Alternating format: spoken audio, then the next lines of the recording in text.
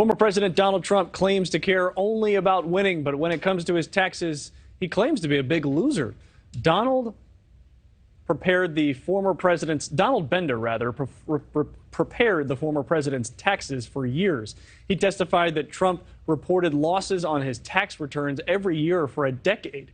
That includes $200 million in losses in 2010 alone.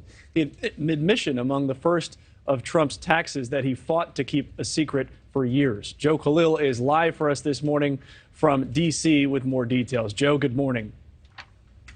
Yeah, good morning, Mitch. So after 4 years of trying, it seems like Congress is now finally on the verge of actually getting Donald Trump's tax returns. And this comes as the Supreme Court ruled in favor of a congressional committee and rejected Donald Trump's request to block access to his documents. Again, this is now 4 years in the making, and it's another blow to the former president, who's now sort of getting used to having this conservative Supreme Court, which he appointed 3 justices to rule against him. So another major blow for the former president. What this means is that now the IRS and the Treasury Department are going to have to hand over his tax returns to Congress, despite his lawyers' best efforts to try to run the clock out, essentially, on this Congress. For now, at least for the next couple of weeks, Democrats still control this committee. So the Democratic chairman, Richie Neal, has said that for years he has wanted to get access to Donald Trump's tax returns. He has not yet said whether he's going to make Trump's returns public just yet. But Democrats for years have been arguing that they needed Trump's tax returns to properly audit the former president. And frankly, there are a lot of members of Congress who think that it should just be law that anybody who runs for president should have to publish their tax returns and make them public.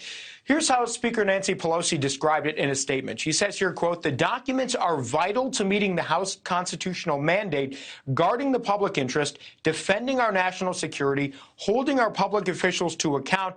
She says the House looks forward to promptly receiving and reviewing these documents. Now, the Supreme Court's decision here was very brief.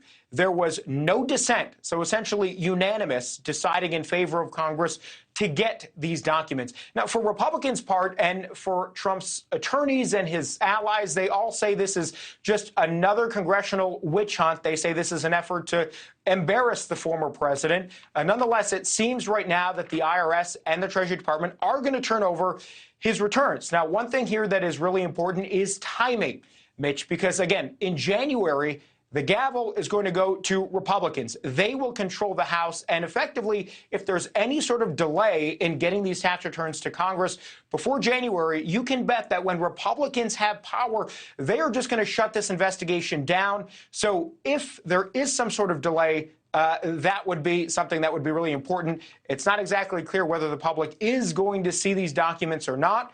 But come January, all of this ends. So between now and then, that is the crucial period for when Congress may, in fact, get these tax returns.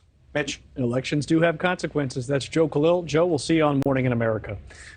Thanks for watching. Go to newsnationnow.com to find NewsNation in your cable lineup. And don't forget to click the red subscribe button below to get more of NewsNation's fact-based, unbiased coverage.